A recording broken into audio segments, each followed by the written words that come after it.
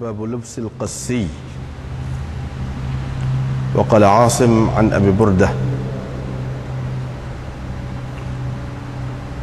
قلنا لعلي: ما القسية؟ قال: ثياب أتتنا من الشام أو من مصر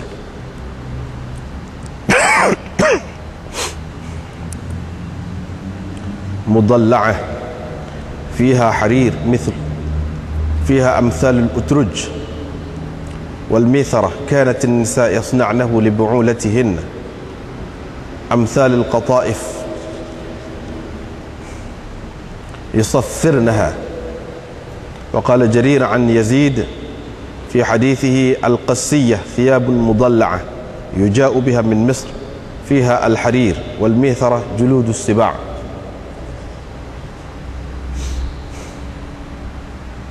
وبه قال حدثنا محمد بن مقاتل قال أخبرنا عبد الله قال أخبرنا سفيان عن أشعث ابن أبي الشعثاء قال حدثنا معاوية بن سويد ابن مقرن عن البراء بن عازب قال: نهانا النبي صلى الله عليه وسلم عن المياثر الحمر والقسي. قال أبو عبد الله: قول عاصم أكثر وأصح في الميثرة.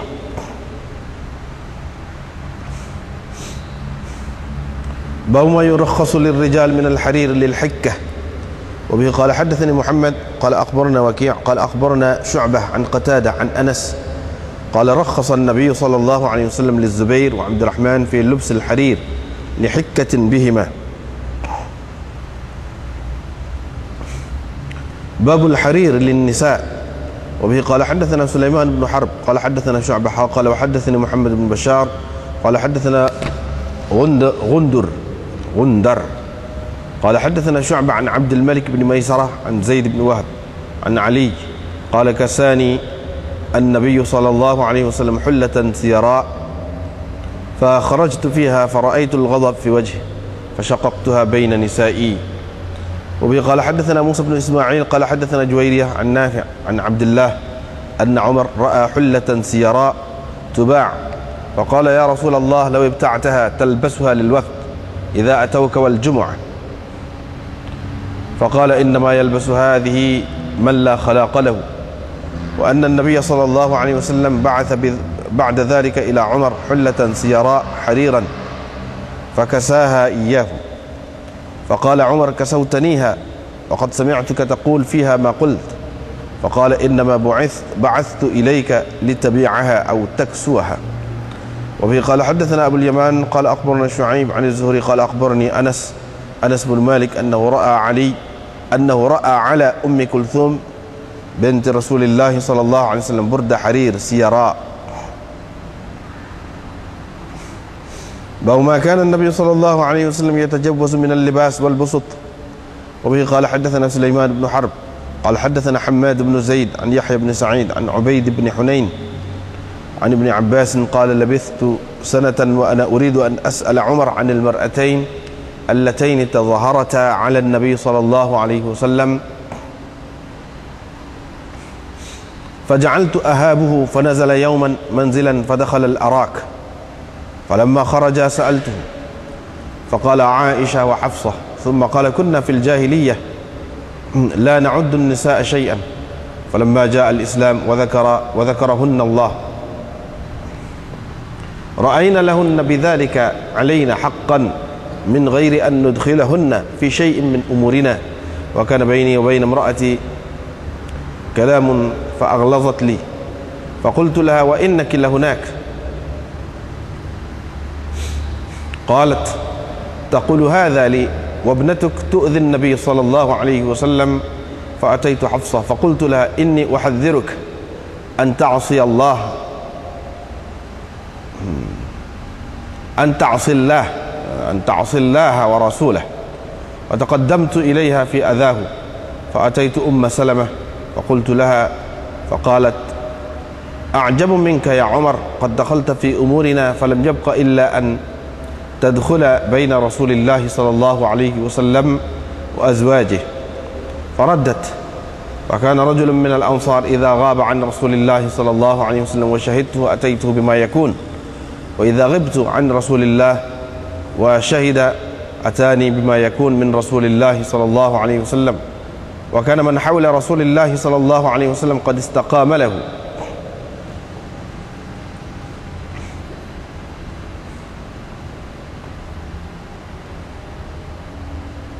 فلم يبق إلا ملك غسان بالشام، كنا نخاف أن يأتينا فما شعرت بالأنصار وهو يقول إنه قد حدث أمر.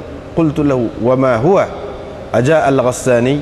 قال أعظم من ذلك، طلق رسول الله صلى الله عليه وسلم نساءه، فجئت فإذا البكاء من حجرها فإذا البكاء من حجرها كلها، وإذا النبي صلى الله عليه وسلم قد صعد في مشربة له،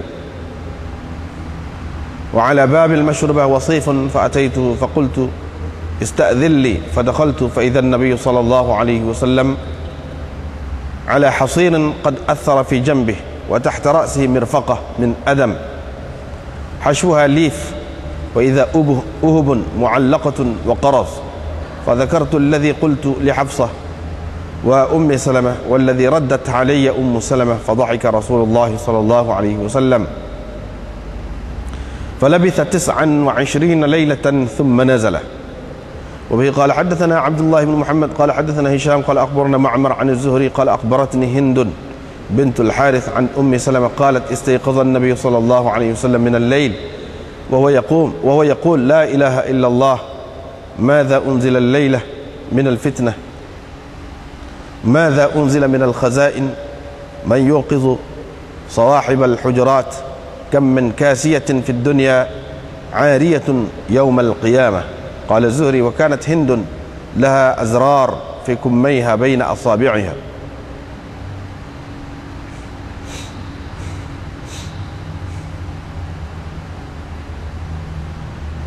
باب ما يدعى لمن لبس ثوبا جديدا. وبه قال حدثنا أبو الوليد قال حدثنا إسحاق بن سعيد بن عمرو بن سعيد بن العاص قال حدثني أبي قال حدثتني أم خالد بنت خالد قالت أتي رسول الله صلى الله عليه وسلم بثياب فيها خميصة سوداء، فقال من ترون نكس هذه الخميصة؟ فأسكت القوم، فقال ائتوني بأم خالد، فأتي بي النبي صلى الله عليه وسلم فألبسنيها بيده، وقال أبلي وأخلقي مرتين، فجعل ينظر إلى علم الخميصة ويشير بيده إلي ويقول يا أم خالد هذا سنة، يا أم خالد هذا سنة، والسنة بلسان الحبشة الحسن. وقال إسحاق حدثتني امرأة من أهلي أنها رأته على أم خالد. باب التزعفر للنساء للرجال. وبه قال حدثنا مسدد قال حدثنا عبد الوارث عن عبد العزيز عن أنس قال نهى النبي صلى الله عليه وسلم أن يتزعفر الرجل. باب الثوب المزعفر. وبه قال حدثنا أبو نعيم قال حدثنا سفيان عن عبد الله بن دينار عن ابن عمر رضي الله عنهما قال نهى النبي صلى الله عليه وسلم أن يلبس المحرم ثوبا مصبوغا بورس أو زعفران. باب الثوب الأحمر. وبه قال حدثنا أبو الوليد قال حدثنا شعبة عن أبي إسحاق أنه سمع البراء يقول كان النبي صلى الله عليه وسلم مربوعا وقد رأيته في حلة حمراء ما رأيت شيئا أحسن منه. باب الميثرة الحمراء. وبه قال حدثنا قبيصة قال حدثنا سفيان عن أشعث عن معاوية بن سويد بن مقرن عن البراء قال أمرنا النبي صلى الله عليه وسلم ب7: عيادة المريض واتباع الجنائز وتشميت العاطس، ونهانا عن لبس الحرير والديباج والقسي والاستبرق والمياثر الحمر. Ini bab memakai qassi, yakni sejenis kain sutra. Asim berkata diambilnya daripada Abi Burdah.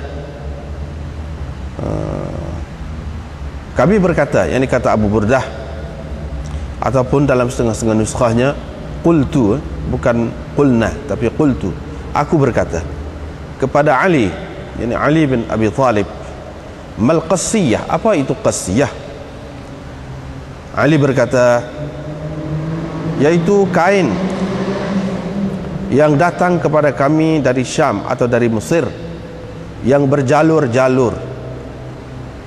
Fiha harir, di dalam kain itu ada sutera, maknanya ditenun sutera, dicampurkan kain itu dengan sutera. Fiha amsalul utruj, padanya ada semacam buah limau, yakni disulam sehingga timbul macam buah limau gitu.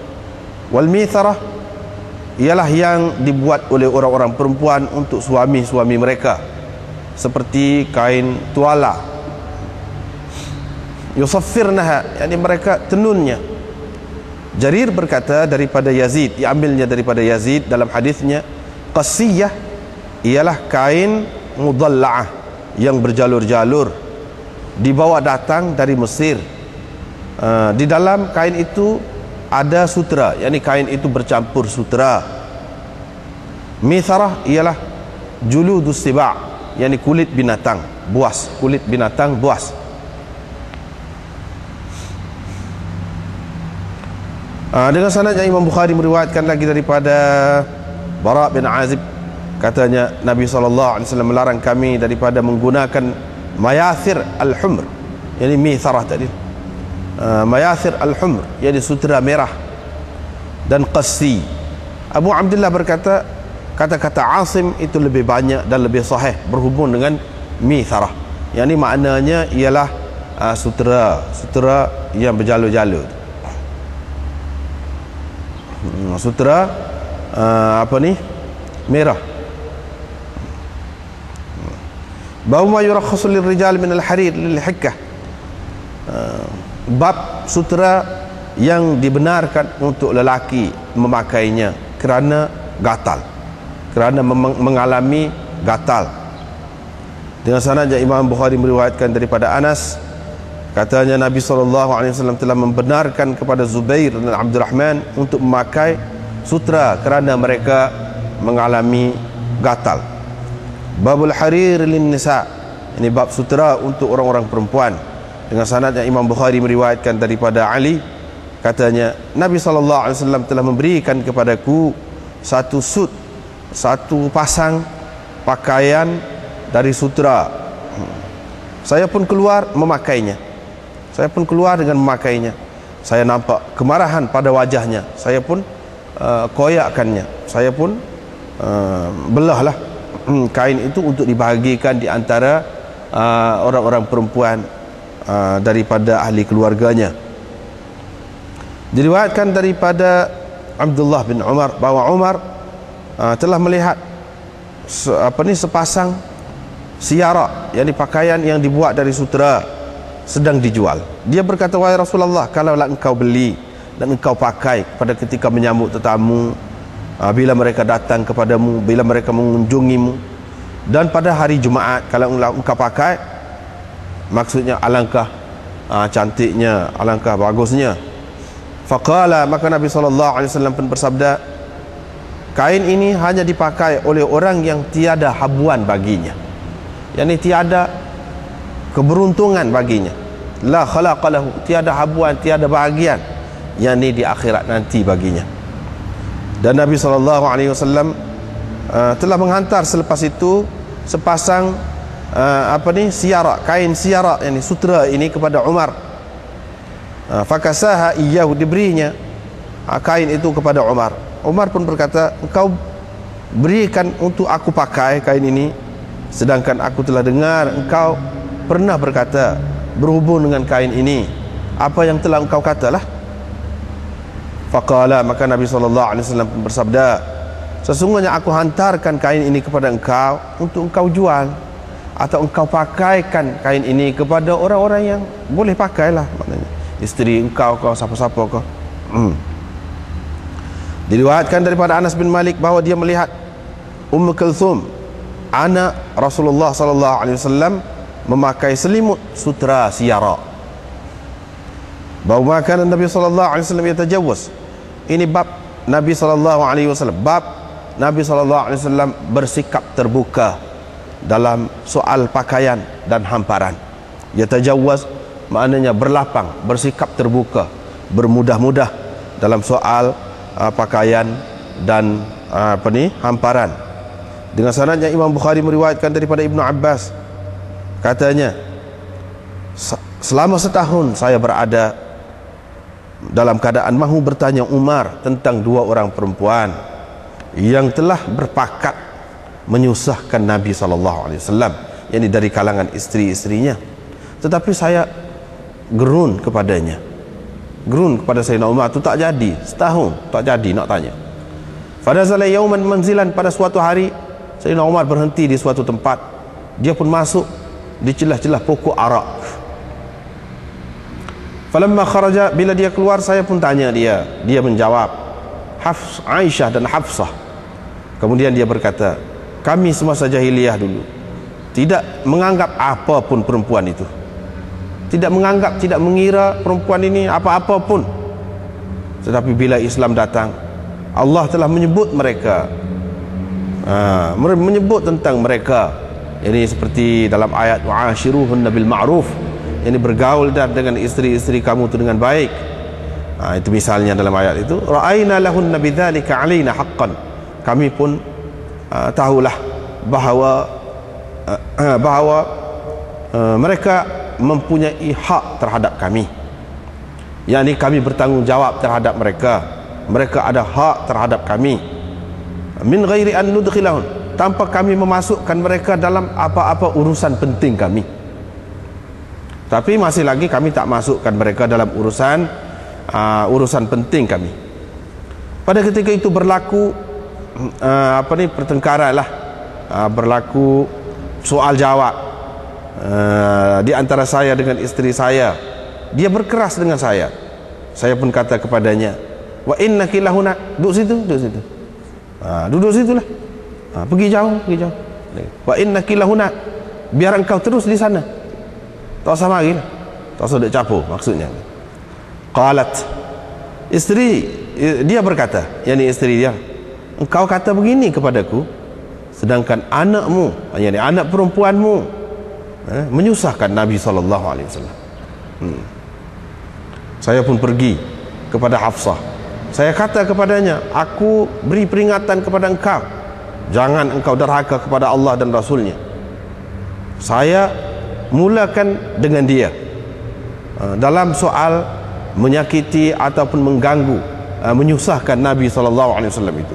Selepas itu saya pergi kepada Ummu Salamah, saya berkata kepadanya, dia pun kata, hairan saya terhadap engkau, wahai Umar, engkau telah masuk dalam urusan kami, sehingga engkau masuk dalam urusan di antara Rasulullah dengan istri-istrinya. Dia menolak. Yang ini kata-kata saya. Wa kana rajulun minal ansar, ada seorang lelaki Ansar, bila dia tidak berada dekat Rasulullah SAW dan saya yang berada dekat Rasulullah, saya akan bawakan apa-apa yang diucapkan oleh baginda kepadanya. Tetapi bila saya tiada, dan bila saya tidak ada dekat Rasulullah, dia pula yang ada, dia akan membawa kepada saya apa-apa yang diucapkan ataupun perintah, apa-apa yang berupa perintah daripada Rasulullah SAW kepada saya. Wa kana man hawla Rasulillah SAW qad istaqama lahu, semua pemerintah-pemerintah dan penguasa-penguasa di sekeliling Rasulullah SAW telah pun tunduk kepadanya,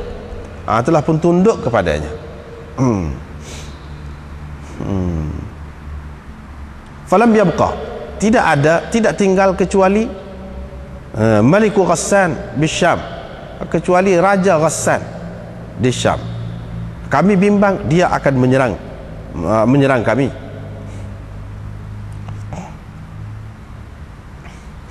Tidak ada apa yang aku rasa terhadap Ansari ketika dia menceritakan kepadaku bahawa ada suatu perkara besar berlaku.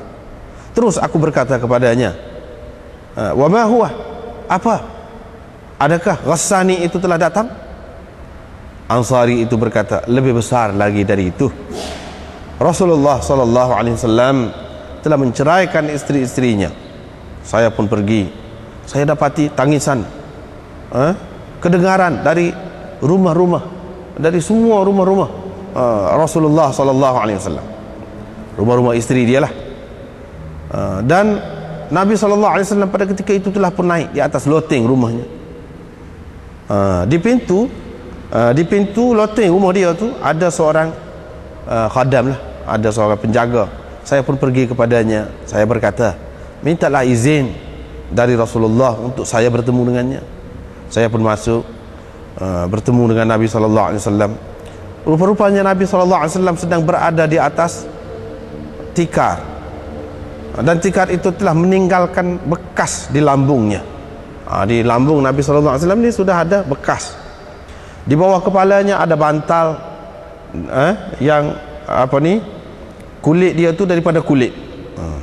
Bantal yang sampul dia tu daripada kulit, dan isinya adalah macam kita kata sabuk Abu Tamar. Wa idza uhubun, dan aku nampak ada uhub, ada kulit yang sedang tergantung, dan qaras, yakni kulit yang belum disamak dengan qaras. Qaras itu daun kayu qaras yang digunakan untuk menyamak kulit-kulit binatang. Aku pun menyebutkan apa yang telah aku katakan kepada Hafsah dan Ummi Salamah, dan bantahannya terhadap saya, bantahan Ummi Salamah terhadap saya. Rasulullah sallallahu alaihi wasallam pun suka, dan dia berada di atas loteng itu selama 29 malam. Kemudian dia turun.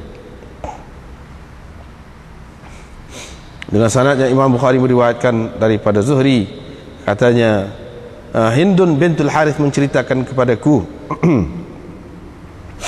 daripada Ummi Salamah, katanya Nabi SAW pernah terjaga pada suatu malam sambil dia mengucapkan la ilaha illallah. Apakah fitnah yang diturunkan malam ini, dan apakah khazanah-khazanah yang diturunkan pada malam ini? Maksudnya alangkah banyak fitnah-fitnah, yakni keputusan tentang fitnah telah diturunkan pada malam ini, dan alangkah banyak gedung-gedung ataupun kekayaan-kekayaan, yakni keputusan-keputusan tentang kekayaan-kekayaan telah diturunkan pada malam ini.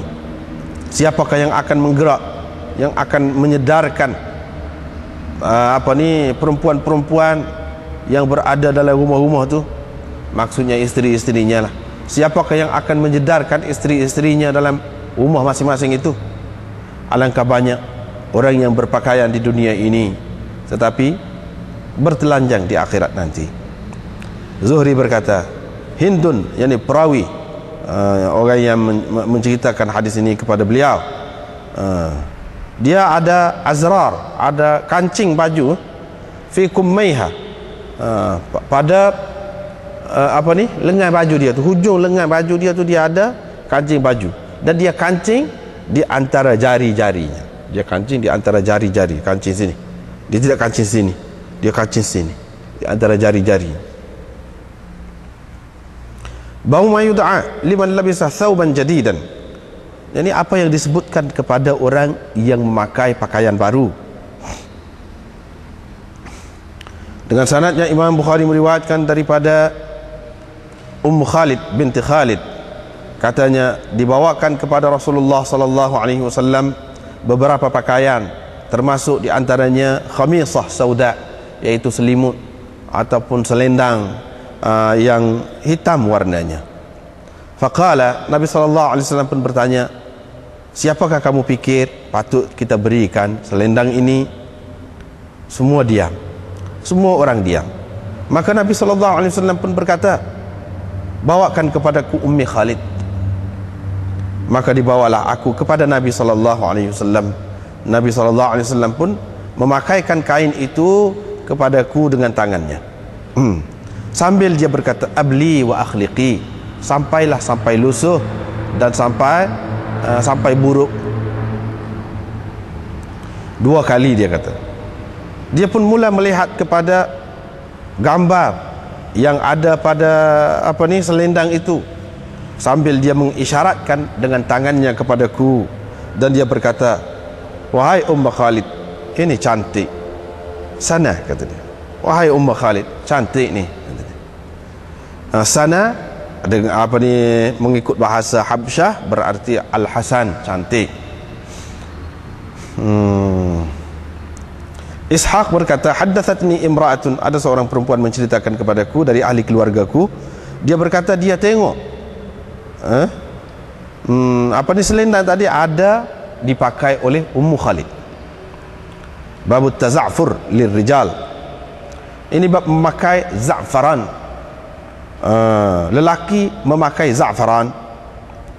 Diriwayatkan daripada Anas, katanya Nabi SAW melarang orang lelaki memakai wangi-wangian dari za'faran. Babut thawbil muza'far, ini bab kain yang dicelupkan dengan za'faran, yang sejenis bunga za'faran. Diriwayatkan daripada Ibnu Umar radhiyallahu anhuma, katanya Nabi SAW melarang orang yang memakai ihram itu memakai kain yang dicelupkan dengan wars dan za'faran. Ini bab pakaian ataupun kain merah. Dengan sanadnya Imam Bukhari meriwayatkan daripada Bara, daripada Abi Ishaq. Dia mendengar Bara berkata, Nabi SAW itu seorang yang sederhana perdiriannya, sederhana susuk tubuhnya. Merbu'an itu mana tidak terlalu tinggi, tidak terlalu rendah, tidak terlalu kurus, tidak terlalu gemuk, sederhana susuk tubuhnya itu dikatakan marbu'an. Pernah saya melihatnya memakai satu sut pakaian merah. Tak pernah saya melihat sesuatu yang lebih cantik daripada pakaian merah itu berada di tubuh Nabi SAW. Babul mithara al-hamra, ini bab mithara al-hamra, yakni sutra yang digunakan sebagai pelapik, pelapik kenderaan yang berwarna merah.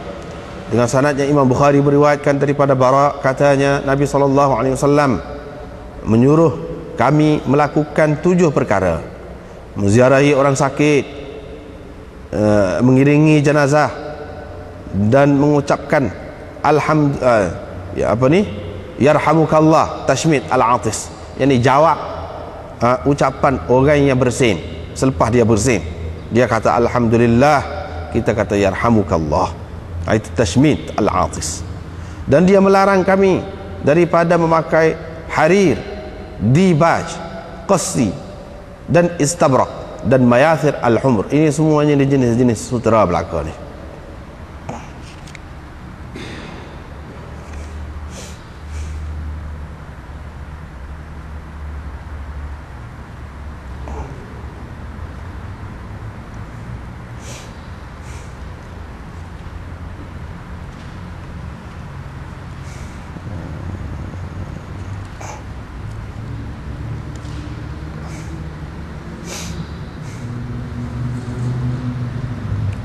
Baiklah, tengok pula lubsil qassi. Ini masih lagi berkenaan dengan sutera lagi, sambungan kepada hak baru ni. Pakai sutera ni, pakai qassi pula. Yang ni sutera ni tak boleh belaka lah. Untuk orang lelaki ni tak boleh belaka sutera. Sutera jenis mana, nama gapo pun tak boleh, daripada mana mari pun tak boleh. Bukan hak kita buat sendiri saja tak boleh, hak mari daripada lain-lain pun tak boleh. Itulah yang nak cerita. Sebab qassi ni sutera yang apa ni, datang daripada lain, daripada Mesir ataupun daripada Syam, tak boleh juga. Nama dia hanya qassi. Mudalla'ah, yang berjalur-jalur, ada sutera di dalamnya. Yang ni sutera bercampur dengan sutera, dia bukan 100% sutera tapi bercampur dengan sutera. Dan pada kain itu juga dia timbul kain itu macam di sulam kan, di sulam tu jadi timbul. Sebab kapek sekarang ni kan, kapek tu dia buat timbul sikit. Bunga dia tu nampak, bunga dia tu nampak timbul sikit. Dan ni pun dia buat lagu tu. Kain tadi dia buat timbul sikit, nampak macam buah lima, butir buah lima, tubik. Comel lah. Wal mitharah, ini pun yang dibuat oleh orang-orang perempuan untuk suami-suami mereka. sebagai tuala. Mereka tenun lah ni. Ni tak boleh, semuanya tak boleh. Kemudian Jarir berkata diambilnya daripada Yazid dalam hadisnya qasiyah, iaitu thiyab mudalla'ah. Lebih kurang tadi juga yuja'u biha min Misr fiha al-harir, waktu sama juga, cuma mitharah itu juludus siba', iaitu kulit binatang. Itu beza tadi dengan riwayat siapa? Riwayat Asim. Riwayat Asim, Imam Bukhari kata Asim berkata diambilnya daripada Abi Burdah. Mithara itu yang ditenun oleh orang-orang perempuan untuk suami-suami mereka. Ini dalam riwayat ini Jarir ini beza dengan riwayat Asim tadi. Dia kata mithara itu juludu as-siba', iaitu kulit kulit binatang buas. Kulit binatang buas. Artinya kalau kita menerima riwayat Jarir daripada Yazid ini, Yazid bin Abi Ziyad, bermakna Nabi SAW melarang juga daripada menggunakan kulit binatang buas. Jadi kulit rimah kau kita kata buat duduk di atas tu, kulit apa-apa kau, begitulah. Tetapi kebanyakan ulama tidak bersetuju dengan tafsiran ini. Ini adalah tafsiran Jarir daripada Yazid ini, diambil daripada Yazid. Sebab itulah Imam Bukhari kata di akhir ini, sebelum bab ma yurakhasu lirrijal min al-harir itu, qala Abu Abdullah berkata, yakni Imam Bukhari, kata-kata Asim itu lebih banyak yang diriwayatkan dan lebih sahih berhubung dengan mithara. Mithara itu ialah sutera juga yang ditenun sebagai pelapik pelana. Itu mithara. Bukan mithara itu maknanya kulit binatang buas. Sebab itulah kebanyakan ulama mengatakan kulit binatang buas itu tidak ada dalil yang terang menunjukkan Nabi SAW tak bagi. Tidak. Hak mitharah ni maksudnya sutera juga, bukan kulit binatang buas. Sebab itulah kalau kita tengok dalam hasyiah kita ni nombor 8, kitab ni lah, kitab ni nombor 8. Qala an-Nawawi, Imam Nawawi kata huwa tafsirun batil mukhalifun lima atbaqa alaihi ahlul hadis. Ini tafsiran yang dikemukakan oleh Jarir daripada Yazid dalam hadisnya berhubung dengan mitharah, iaitu juludus siba'. Ini tafsiran yang tak betul, bercanggah dengan apa yang disepakati oleh ahlul hadis.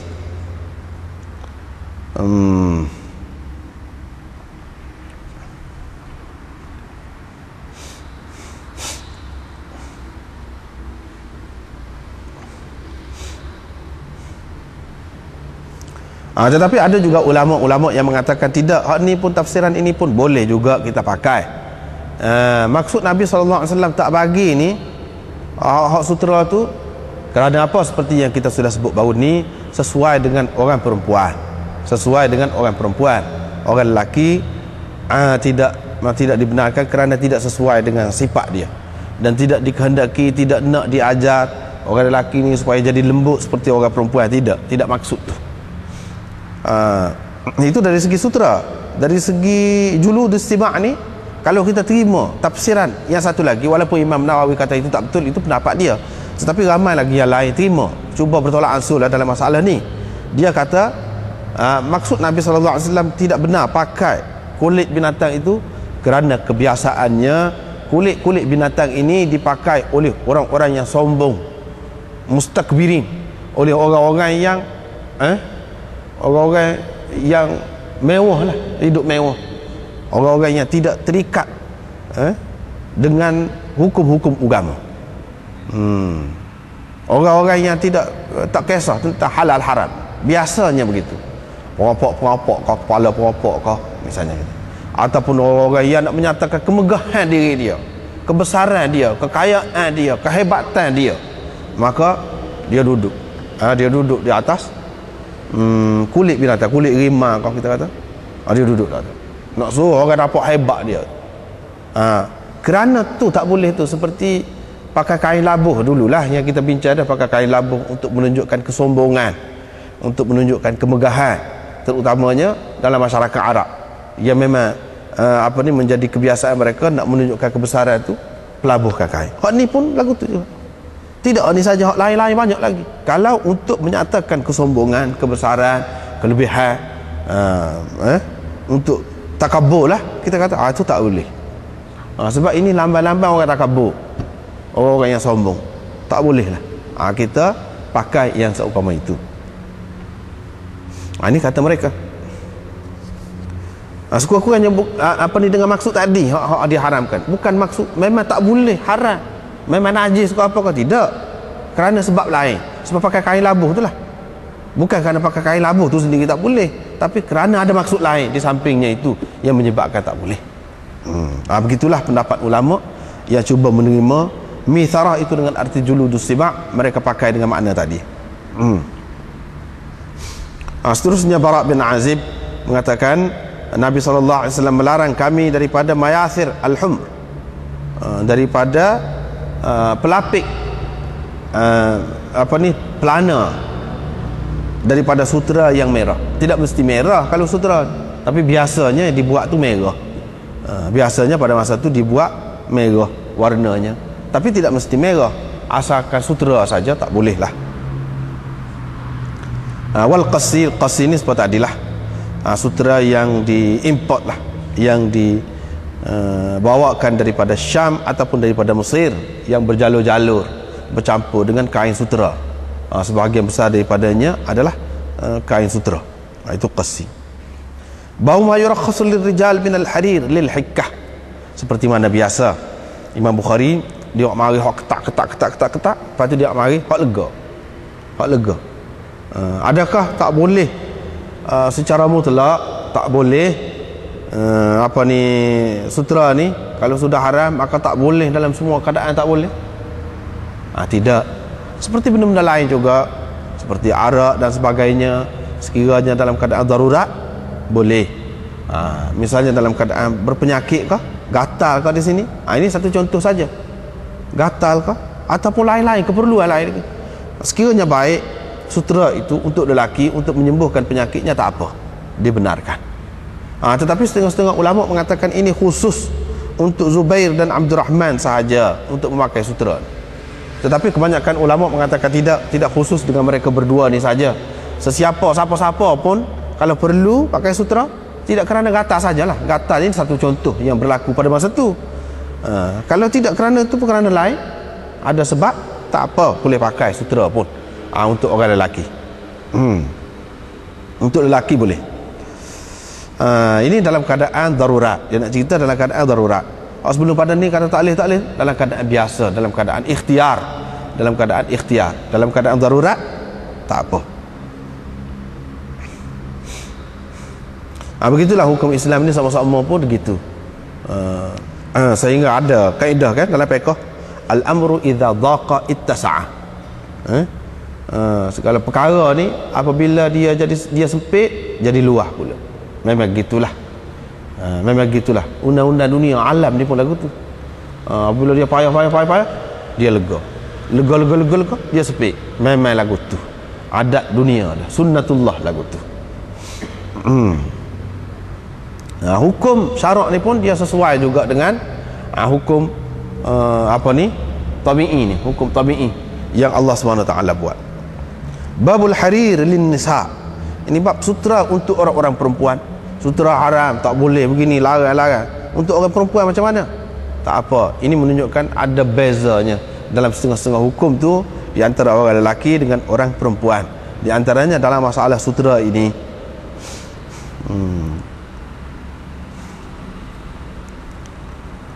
Sayyidina Ali pakai, bila Nabi SAW bagi pakaian tadi, dia pakai. Nabi SAW marah. Menunjukkan kita orang yang beriman, ada iman, apabila tengok benda-benda yang haram dilakukan oleh orang-orang bawah jagaan kita kena menampakkan tidak setuju. Kemarahan itu jangan lock begitu saja, tidak. Itu satu. Yang keduanya, orang bawah ni dia kena tengok orang atas dia, ayah dia, guru dia, siapa-siapa, kalau nampak tak suka, jangan dibuat.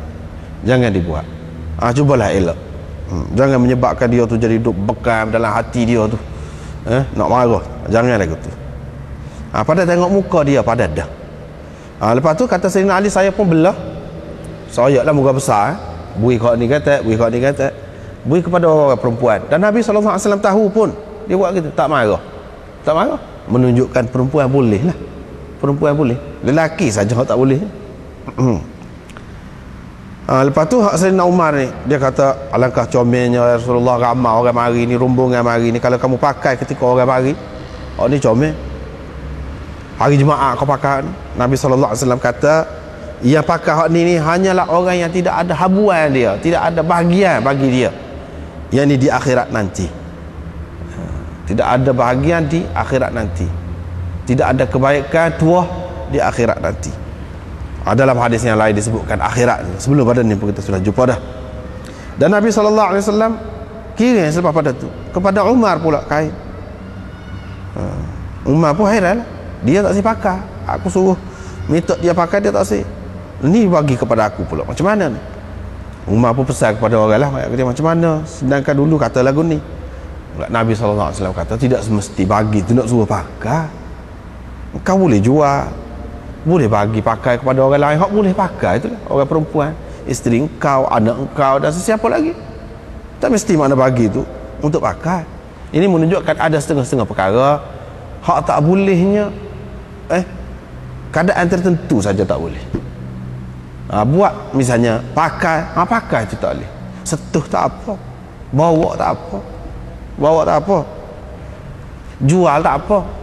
Benda tu haram dipakai untuk sendiri dan haram untuk orang lelaki. Lepas tu kalau orang lelaki juga mari beli dengan kita, kita tak wajib usul dia nak pakai apa nak jual, tak wajib usul tu ikut dia lah. Kalau dia pakai tu masing-masing dosa dia, kita tak dosa. Kita jual walaupun kepada orang lelaki bukan dengan maksud nak suruh dia pakai. Supaya Nabi SAW bagi kepada Sayyidina Umar bukan maksud nak suruh dia pakai, tapi Nabi tak usul kan, Nabi tak ayak dulu, nak suruh kita fikir, kita fikir supaya juga ni kita kena fikir lah, tak payahlah kita kata nak pakai sendiri kalau ke mana. Ada bukan kerja orang berniaga tu bukan kerja orang berniaga tu, kena ngaji suku tu. Dia tidak soal, dia tidak gapo. Apabila Sayyidina Umar muskil, barulah dia raya, tak mesti bagi tu nak suruh pakai, boleh jual, boleh apa. Begitu juga perkara-perkara yang lain, banyak lagi yang lain-lain. Tak semesti apabila dia tu tak boleh makan, maka kita tak boleh bawa, kita tak boleh pegang. Jadi najis kau misalnya, tidak, tak mesti. Bunga, popi, ganja tu, mana kalau kita pegang, bubuh dari baju kita, tak ada satu, maya apa-apanya. Kau tak bolehnya makan tu, isak tu tak bolehnya. Mana dia tu tak ada satu, benda tu, bahaya tu sendiri. Sinilah menunjukkan hukum ni dia berbeza. Ada hak tak boleh makan saja. Ada hak tak boleh pakai, bukan tak boleh jual, bukan tak boleh pegang, tak boleh jamuh, tak boleh. Letak di sini, letak di tubuh kita misalnya, letak di tubuh kita, kita jual ni, nak ukur ni, misal setara ni boleh ke tidak? Boleh. Setara ni padan dah, kita letak atas tubuh kita, maknanya kita macam tanggung lah. Kita tanggung, tak apa, boleh. Hak tak bolehnya pakai, hak orang pakai ni lah ke mana? Bubuh tangan, masuk tangan tu baru pakai. Kalau selagi tidak begitu, tidak pakai. Ataupun kalau nak terai saja, nak terai tengok. Dia lebih kurang saya, nak terai saja boleh lagi, masih khilaf lagi lah, pasal tidak nama pakai lagi, terai cuba, masih lagi ada khilaf lagi. Jadi masalah ni luah lah, tak perlulah kita ketat sangat.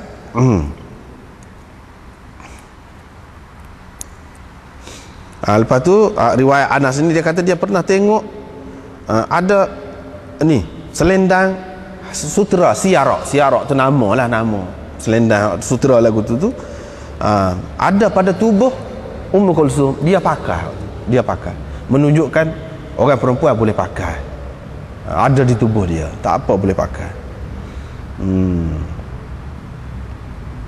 Dan tentu sekali anak dia ni, Imam Bukhari nak cerita, anak dia ni orang yang rapat dengan dia lah, duduk bawah jagaan dia, takkan dia tak tahu.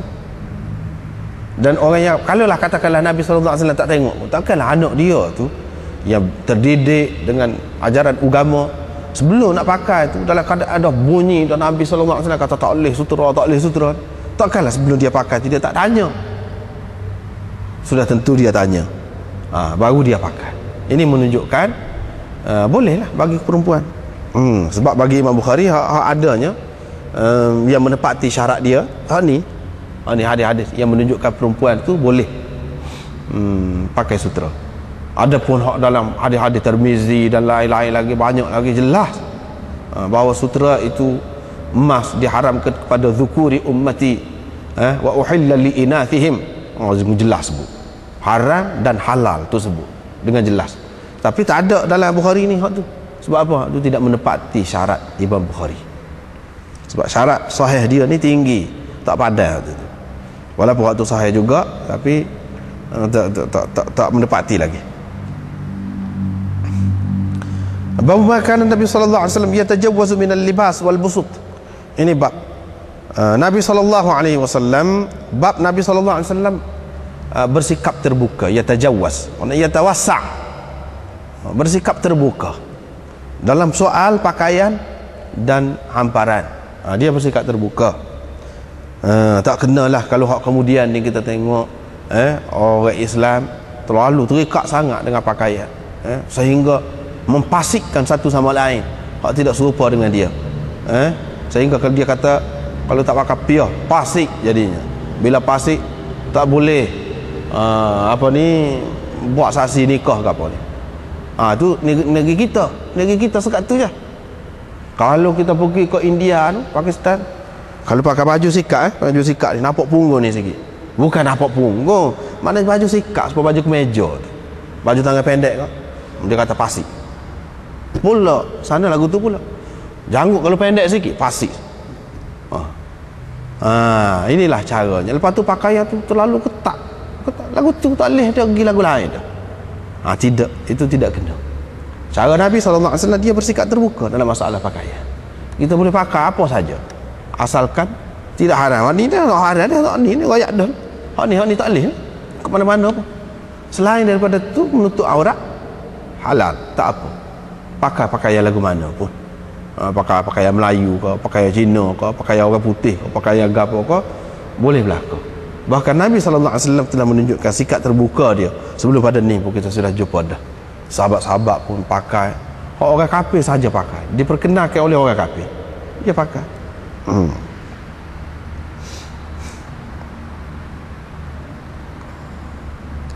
Itu tidak sesuai lah. Tidak sesuai. Terutama di zaman sekarang, dalam masyarakat yang macam-macam ni, pelbagai ni, dia persoalkan benda-benda seumpama itu tu. Tapi kalau tidak sampai orang faham, semua faham tidak sebagai wajib, tak apalah. Kita sendiri pun faham benda ni tidak sebagai wajib saja, kita nak pakai lebih selesa, kita pakai ni, tak apa waktu tu, molek lah.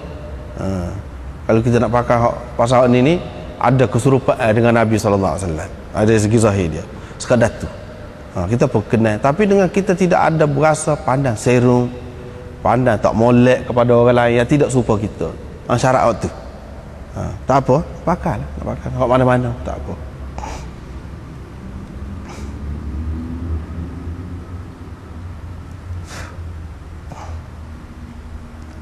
Nabi SAW dalam masalah pakaian ini, dia bersikap terbuka. Dan begitu juga masalah hamparan, dia tak kisah sangat lah, comel ke, huduh ke, asalkan cuci.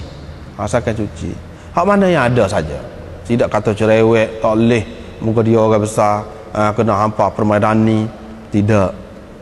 Mengikut keadaan yang ada lah, keadaan ada. Kalau tikar mudah basuh.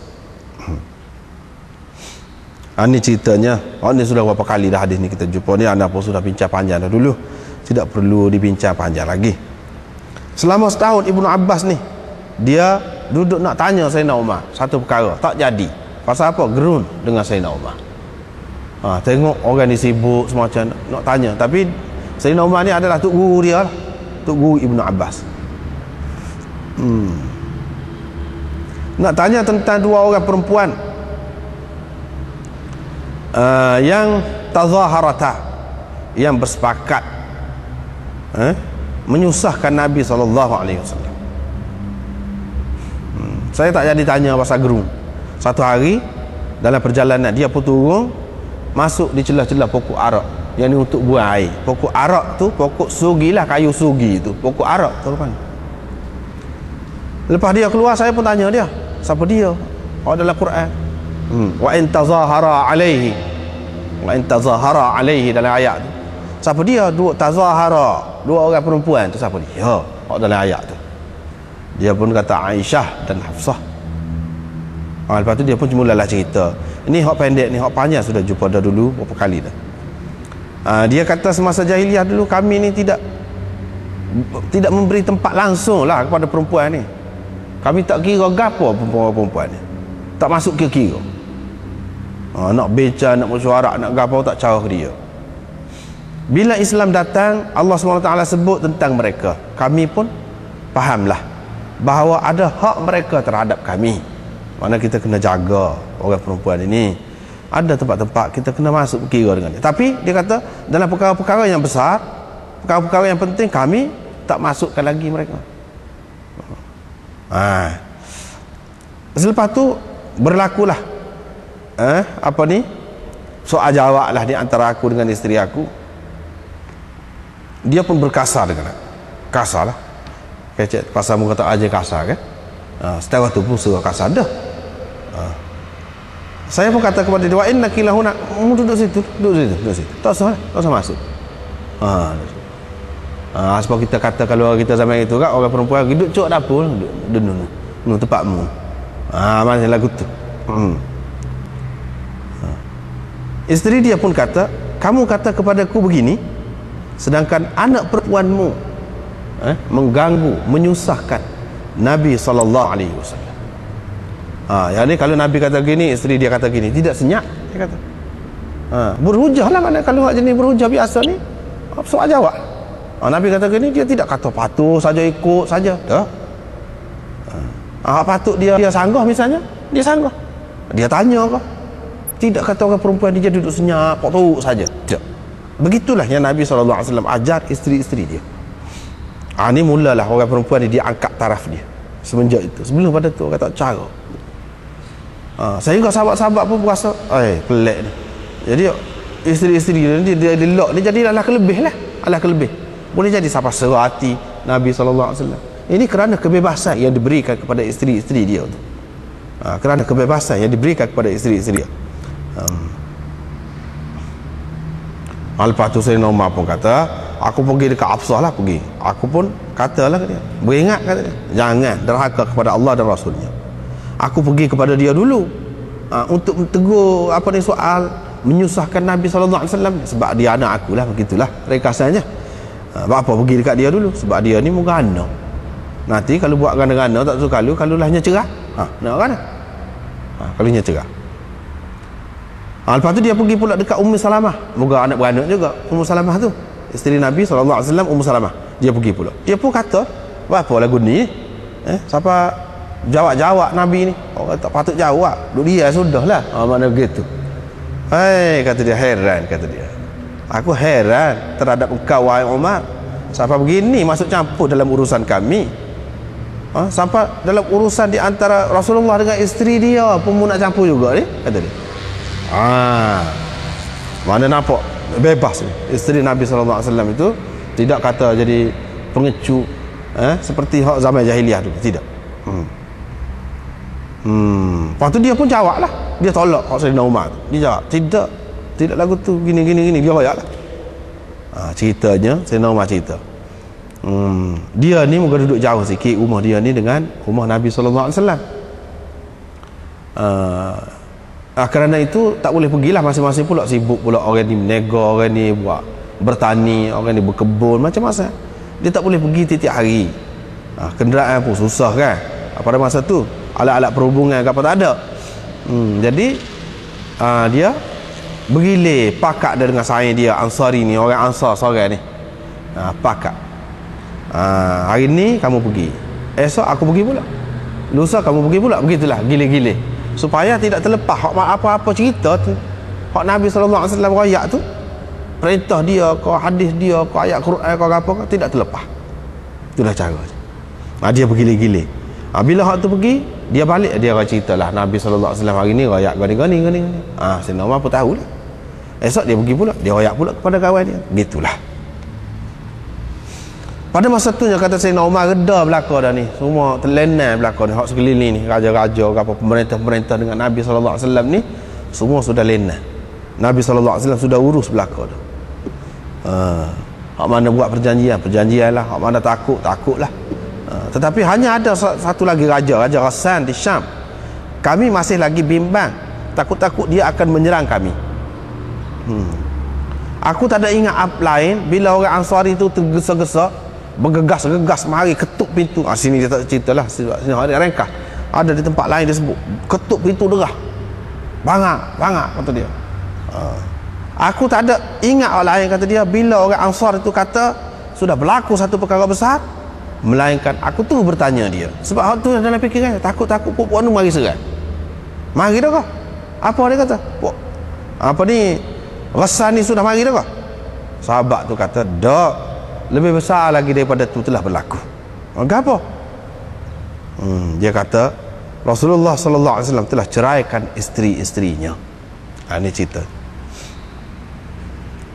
Bila pergi sana ni, Sayyidina Umar apa pergi tengok duduk jerit bunyi menangis dalam rumah tu. Rumah ni jerit bunyi menangis. Nabi sallallahu alaihi wasallam duduk di atas rumah, di atas loting rumah dia, tak turun. Di pintu dia tu ada wasif, maknanya penjagalah, khadam dia. Sayyidina Umar apa pergi sepatutlah dia kata minta gini-gini. Dia pun tengok hak nak sini nya apa dia, hak nak sini. Masuk dalam rumah tu tengok Nabi sallallahu alaihi wasallam tidur di atas tikar. Dan tikar tu bekah dia ni di lambung dia sini. Bila dia tidur bekah. Maknanya Nabi SAW bersikap terbuka, bermudah-mudah, tak kisah sangatlah masalah pakaian, masalah hamparan, tempat dia nak duduk tu tak kisah sangat. Walaupun dia ni seorang yang besar, kaya dah kalau nak kira pada masa tu, tapi dia macam tu setara tu je. Tidak kata cerewet, payah, basah. Tidak.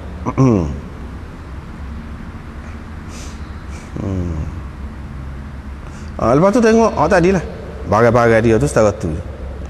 Bila Sayyidina Umar cerita yang dia kata dah kepada anak dia Hafsah dan kepada Ummu Salamah begini-begini, Ummu Salamah jawab pula kepada dia, Nabi sallallahu alaihi wasallam senyum. Dia suka. Dia tak kata gadi, dia suka. Nabi sallallahu alaihi wasallam terus berada 29 malam atas loting dia. Lepas tu baru dia turun. Ana sudah bincang dah dulu hadis ini. Dengan panjang lebar dulu sudah bincang dah. Cuma sini ada beberapa perkara lah, iaitu sahabat-sahabat ni kadang-kadang dia keliru. Ini adalah satu kekeliruan. Dia keliru. Bila Nabi SAW duduk datang loting tu tak cara ke bini dia, diingat Nabi SAW sudah cerai bini dia. Ini orang panggil waham perawi. Asas kepada waham perawi. Seseorang perawi ni, pewarta hadis ni, walaupun dia ni seorang yang hebat macam mana pun, seorang yang siqah, seorang yang baik, boleh dipercayai pun, tidaklah bermakna mereka itu maksum daripada tersalah, terlupa, ataupun keliru. Orang perkara sebenarnya berlaku macam lain, dipahamnya macam lain. Orang kuat ingatan setara mana pun, jauh setara mana pun, dia boleh jadi keliru dalam hidup ni. Inilah buktinya. Bukti asas kepada kekeliruan itu. Padahal tidak benar. Nabi SAW tak ada cerai pun bini dia. Tak ada cerai. Dia duduk atas loting tu, muka dia jatuh. Kenderaan dia kan sakit, geliat. Dan nelah dia belakang. Dan sampai pada masa tu sahabat-sahabat pergi dekat dia tu semaya, dia sambil duduk semaya. Pada ketika tu atas loting dia. Bukan makna dia cerai bini dia. Nabi SAW suka tu maknanya sudah keliru sampai begitu.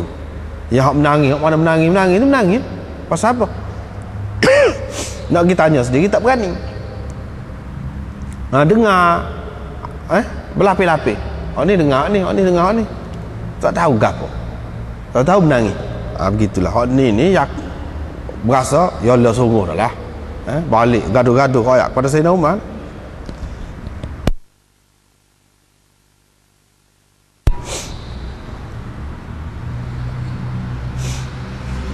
Baiklah, sekadar itulah. Seterusnya riwayat daripada Zuhri, kata dia Hindun bintul Harith menceritakan kepadaku daripada Ummi Salamah. Kata Ummi Salamah, Nabi SAW telah terjaga pada suatu malam sambil dia mengucapkan la ilaha illallah.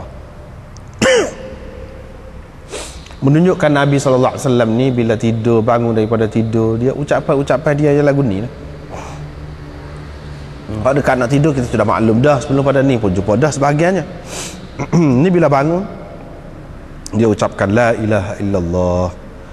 Alangkah banyak malam ini, kata dia, fitnah, yakni keputusan tentang fitnah telah diturunkan. Jadi Allah SWT buat keputusan dah, fitnah akan berlaku gini berkenaan dengan hak ni, berkenaan dengan hak ni. Suruh malaikat, malaikat dia bagi tahu kepada malaikat, ni berkenaan dengan hak ni urusan ni, urusan ni, semua berkait dengan fitnah. Alangkah banyak, tapi manusia tidak tahu. Nabi SAW Allah SWT bagi tahu, tapi tidak semuanya juga. Hak dia tahu hak besar-besar, hak mana-mana yang penting berkait dengan perubahan sejarah lah, berubah sejarah. Hak tu diceritakan, bukan semua perkara. Dan alangkah banyak keputusan tentang kekayaan ataupun khazanah yang diturunkan pada malam ini. Jadi Allah SWT buat keputusan nak bagi kekayaan ke negeri ni, nak bagi kekayaan kepada orang ni, nak bagi gedung kepada orang ni, nak beri harta karun kepada orang ni. Buat keputusan nak beri jadi sebab dia tu gini macam-macam lah. Kamu pergi bagi ilham kepada dia biar dia buat lagu ni, maka boleh pitih lah dia. Kamu pergi malaikat operator, kamu pergi biar timbulkan idea, timbulkan idea kepada dia buat mana lagu ni boleh pitih kepada dia. Berapa banyak kalau kita nak kira semua, setiap hak yang mendatangkan duit, mendatangkan kekayaan tu semuanya dengan keputusan Allah SWT belaka. Bila Allah SWT putuskan, ni salah satunya Nabi SAW cerita pada masa tu. Pada masa lain banyak lagi. Tak tahulah, kita tak tahu, itu rahsia dia. Bila-bila dia nak bagi kepada orang, boleh jadi hak dia nak bagi tu pada masa tu, boleh dia jadi hak dia nak bagi tu 1000 tahun kemudian. Arab Saudi tu ada ke dia dulu, kita kata Timur Tengah tu tak ada apa satu sesak, duduk dengan unta dia. Tahu-tahu Allah SWT beri kekayaan kepada dia, minyak kaya semata-mata. Keputusan Allah SWT sudah lama dah jadi. Cuma tak sampai masa dia tak berlaku. Nak berlaku tu dia ada sebab musabab lah, dia ada kaitannya. Kaitan kau ni jadi dah. Banyak yang berlaku. Yang turun pada malam itu, yang mana Nabi SAW mendapat tahu. Tapi kalau nak cerita pun, benda tu tak ada kaitan tu dengan syariat. Benda tu akan berlaku, tak perlu diceritakan. Tak perlu dicerita. Orang ni nak mati esok, misalnya orang ni nak mati kena aksiden gitu, apa perlu ayat? Tak perlu ayat. Orang ni nak nikah dengan orang ni, tak perlu ayat. Hak perlu ayatnya syariat. Syariat dia sudah ayat dah. Hak tadi urus sendiri. Kalau ayat pun, katakanlah kalau ayat dia mati aksiden, dia tak pergi mana-mana, mati aksiden juga mana-mana pun, tak ada faedah tu. Tak payah ayat, tak apa. Ini berkenaan dengan amar kauni, orang panggil amar kauni, bukan amar syar'i. Berkenaan dengan iradah kauniyah, bukan berkenaan dengan iradah syar'iyah atau tashri'iyah, tak ada kaitan. Dia pun kata, ni yang ditunjukkan kepada dia ni, maklumat yang dia dapat malam tu. Alangkah banyak orang yang berpakaian di dunia ini bertelanjang di akhirat, pada hari kiamat nanti. Alangkah banyak. Maknanya berpakaian dalam dunia ni tapi telanjang di akhirat nanti. Dalam dunia ni kaya raya, dalam dunia ni pakai pakaian itu, pakaian ni tukar semua. Pakaian nak tidur lagu lain, pakaian nak sokan lagu lain, pakaian nak pergi bilik air lagu lain, pakaian nak pergi pejabat lagu lain, nak pergi macam-macam pakaian. Banyak pakaian. Ada pakaian, jenuh pakaian dalam dunia, tapi di akhirat nanti satu pun tak ada pakaian. Ramai hak lagu tu. Apa jadi lagu tu? Kena tengoklah ajaran syariat dia macam mana hak jadi lagu tu. Cuba kita tengok nombor 5. Banyak tu makna dia. Di antaranya, alangkah banyak orang-orang yang pakaian yang cantik, yang mahal, tetapi di akhirat nanti bertelanjang. Kenapa? Kerana tak ada kebajikan. Telanjang daripada kebajikan di akhirat nanti. Bila di akhirat nanti tak ada kebajikan, telanjang. Tak ada sesuatu pun yang menutup aurat mereka.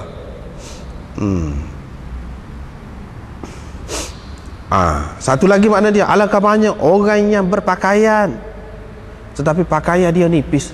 Ni berkait dengan perempuan ni. Kalau kita perhati, dia suruh gerak isteri-isteri dia, lepas tu dia ni berkait dengan perempuan. Alangkah ramai orang yang berpakaian. Kam min kasiyatin. Kasiyatin tu sifat perempuan itu. Berapa ramai orang perempuan yang berpakaian tapi pakaian dia nipis, tidak menutup warna kulit dia, tidak menutup susuk tubuh dia. Nampak susuk tubuh dia. Di akhirat nanti akan dihukum, dia tu dengan bertelanjang, tak ada pakaian. Macam nak tak nak pakai, dah tak nak kat, tak sih, tak sah lah pakai telanjang lalu senang. Dia berasa di sana nanti malu ke tidak? Tentu sekali sudah malu. Itu makna yang kedua. Makna yang ketiga, di tepi lagi, alangkah ramainya orang yang berpakaian, yakni berpakaian orang yang menikmati nikmat-nikmat Allah yang begitu banyak, tetapi bertelanjang di akhirat nanti. Apa sebab? Pasal dia tidak bersyukur. Syukur itulah yang menyebabkan dia ni berpakaian pula nanti. Pakaian di sini maksudnya lebih luas daripada pakaian biasa. Maksudnya nikmat tu banyak. Di antara nikmatnya ialah nikmat pakaian yang menutup aurat kita, yang menutup kemaluan kita. Itu di antara nikmat. Ataupun ini lagi makna dia, alangkah banyak orang yang menutup sebahagian badannya. Alangkah banyak orang yang berpakaian dalam dunia, tetapi tutup tu tidak sempurna. Dia buka sebahagian yang lain. Dia tutup tapi tidak sempurna. Hak lagu ni akan dihukum di akhirat nanti telanjang berlaku. Kenapa disebutkan perempuan? Sebab biasanya pun orang perempuan, terutama sekarang ni, nyata benar ni orang perempuan lah yang tidak sempurna pakaian. Kalau pakai kain pun dia belah kain tu, belah pula kain. Orang lelaki kita tengok, orang barat sekalipun, pakaian molek cukup. Orang perempuan tak tahu sejuk, musim sejuk dedah lagi orang. Wak kau nak tunjuk ke orang tu, wak kau nak pukau, nak pick up orang tu, sampai begitu sekali. Ini penyakit orang perempuan. Kira-kiranya dia nak tarik orang tu, nak pick up orang dengan cara berbuat beginilah. Dan orang lelaki tergoda dengan mereka, menyebabkan jadi kocak-kacir dunia ni, huru-hara dunia ni, kerana mereka lah. Padahal kalau mereka berpakaian dengan baik, maka tidak timbullah macam-macam huru-hara dalam dunia ni, tak timbul. Zuhri berkata, Hindun ni perawi ni, orang yang menceritakan hadis ini, hadis Ummu Salamah ni kepada dia ni kalau dia pakai baju, dia ada kancing. Kalau orang lain kancing sini kan madai iddah, tapi dia ni pasal ingat hadis ni lah, ingat hadis ni dia biar labu, ni biar labu sampai sini, kancing sini, di celah-celah jari. Pasal apa nak suruh tutup aurat? Biar lebih menutup aurat dia tu. Hadis-hadis seperti ini jelas menunjukkan bahawa agama kita menyuruh menutup aurat kepada perempuan-perempuan ini. Orang-orang yang katakan dalam hukum agama tak apa, dedah aurat ke apa itu fikiran dia sajalah. Tapi kalau kita tengok dalam hadis, begitu banyak sekali menunjukkan tutup aurat ini.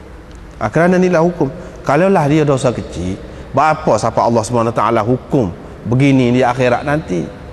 Ini tanda bahawa ia dosa besar lah, dedah aurat tu. Ada juga orang kata ini dosa kecil, dia kata itu tak faham sebenarnya. Kalau dosa kecil dia tak ada ni hukuman ni, janji ni, wa'id, orang panggil wa'id, janji buruk orang yang buat gini akan jadi lagu ni saya esok pada hari kiamat nanti. Tak ada lagu tu. Kalau diancamkan orang tu, dia buat sesuatu, diancamkan begini hukuman dia, cai dah tu. Perbuatan itu ataupun amalan itu merupakan dosa besar dah tu. Dosa besar. Dia tidak dosa kecil. Kalau dosa kecil, tak ada ancaman lagu tu. Masuk neraka ke, dedahkan aurat di hadapan orang ramai pada mahsyar nanti. Tak ada lagu tu. Dia tidak faham lah.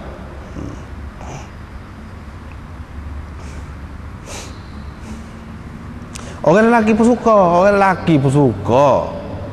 Ya, orang perempuan buat lagu tu pun orang lelaki suka. Orang lelaki mereka passion tu orang lelaki. Dialah yang lebih tahu macam mana pakaian perempuan ya boleh menimbulkan nafsu orang lelaki. Dialah yang lebih tahu. Kalau orang perempuan tak tahu. Orang lelaki buat, dia royak kepada perempuan lagu ni. Orang lelaki baru apa nama ni kita kata naik nafsu. Barulah orang lelaki terpikat, tergoda. Orang lelaki juga. Dia kedua-duanya ada peranan belaka. Tidak sebelah pihak, tidak. Kedua-duanya sekali.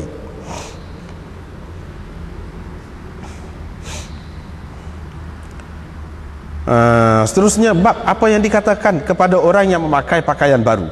Kalau orang pakai pakaian baru, kita nak kata apa? Di antara hak Nabi SAW ucapkan bukan doa saja. Ni tidak doa, tidak mesti doa. Kita puji, terutama budak-budak. Comel ni kita tu. Ni sesuai. Boleh kita kata lagu tu, tak apa kata lagu tu. Tidak kata kita ni dunia, kita ni leka ataupun lalai dengan dunia, terpikat dengan dunia, tidak. Hak comel kita kena kata comel lah. Nabi SAW kata comel. Apa dia kata sana. Dia kata cantik kata dia. Duduk pada budak ni sesuai molek, comel kata dia. Sana tu bukan bahasa Arab, bahasa Habsyah. Apa? Sebab Ummu Khalid saat ni dia dilahirkan di Habsyah. Ayah dan mak dia pergi hijrah ke Habsyah tu, boleh dia sana. Lepas tu balik mari ke Madinah ni. Maknanya dia tahu bahasa sana lah. Sebab tu sebut sana tu. Ini pun boleh, makna gurauan lah dengan seseorang yang tahu suatu bahasa tu, kita bergurau dengan dia, guna bahasa tu sikit sebanyak. Nabi SAW telah menggunakan cara seperti itu, terutama dengan budak-budak. Ummu Khalid ni dia masa tu kecil lagi lah. Dalam riwayat dulu kita sudah jumpa dari riwayat ni, panjang sikit. Budak ni Ummu Khalid ni pergi pusing di belakang Nabi SAW, dia main belakang Nabi SAW. Maknanya dia kecil lagi. Kalau besar takkanlah lagu tu. Dia si ayah dia tu sibuk kata, jangan buat lagu tu. Apa buat lagu tu Rasulullah? Rasulullah kata biar dia main lah. Butir di belakang tu, di belakang Nabi SAW ada khatamul anbiya, tanda yang menunjukkan Nabi ni Nabi akhir zaman. Ada tanda atas belakang. Kita kata macam tanda lah kita kata, tapi dia butir gitu sikit. Butir tu di atas tu tulis Nabi akhir zaman. Gitu. Benda tu tidak pelik. Allah SWT boleh buat. Yang baru-baru ni sibuk lah, ni senyap dah sikit, ikan pelawahun tu nak. Ikan pelawahun tu kan sibuk kan. Betul lah dia tulisan dia tu serupa dengan tulisan Cina. Betul lah hak tulis tu menunjukkan tuah kau gapo kau. Habis melompat pokok dia. Padahal tak ada gapo hak tu. Allah SWT boleh buat. Allah SWT boleh buat. Nabi SAW kata gitu. Ini menunjukkan selain daripada itu, Nabi SAW kalau dapat pakaian dia ingat kepada orang lain. Ingat kau tu, ingat kau ni, nak pergi ke siapa dia ni, pasal comel tu. Pakat dia belakang nak pergi siapa. Dia pun suruh panggil tu. Panggil dia pun bagi. Dia pun tengok kepada gambar yang ada pada kain tu, comel kata dia. Lepas tu dia kata abli wa akhliqi, pakailah sampai lusuh dan sampai buruk. Pakailah sampai buruk dan sampai lusuh. Hadis ni kita jumpa dalam bab sakit dulu. Bab sakit. Dia pada ketika ni dia sakit pada ketika ni. Bermakna Nabi SAW isyarat ni abli wa akhliqi, pakailah sampai lusuh dan sampai buruk. Maknanya Nabi SAW secara tidak langsung, secara kinayah doa panjang umur kepada dia. Pakai sampai lusuh, makna tidak nak mati lagi. Kalau kata sakit pun lambat lagi ni. Kalau dia pakai hak ni nak boleh lusuh ni lama lagi. Nak boleh keburuk ni lama lagi kalau dia pakai semua. Apalagi mengikut ulama-ulama mengatakan Ummu Khalid ini antara orang yang panjang umur. Walaupun dia tua dah pun dia jaga semacam kain tu. Jaga semacam. Sehingga orang-orang lain boleh tengok kain tu. Panjang umur. Ini menunjukkan kain, pakaian ke apa ni, dia menunjukkan umur juga. Sebab itu dalam ilmu takbir mimpi ke apa, pakaian ke apa ni dia menunjukkan umur. Menunjukkan umur. Sebab itu dalam takbir mimpi, kalau orang mati dah beri kain dia, suruh kita pakai, beringat sikitlah. Beringat. Tidak beringat apa? Mati sepatutnya ingat Tuhan lah. Istighfar banyak-banyak. Takut-takut tak lama kita nak mati. Dia pakaian ni dia ada kaitan dengan umur ni. Nabi SAW isyarat kain, contohnya pakai siapa buruk, pakai siapa lusuh. Bukan saja tu, dia ada isyarat tu. Sebab pakaian-pakaian ni dia ada kaitan dengan umur. Ada kaitan dengan umur.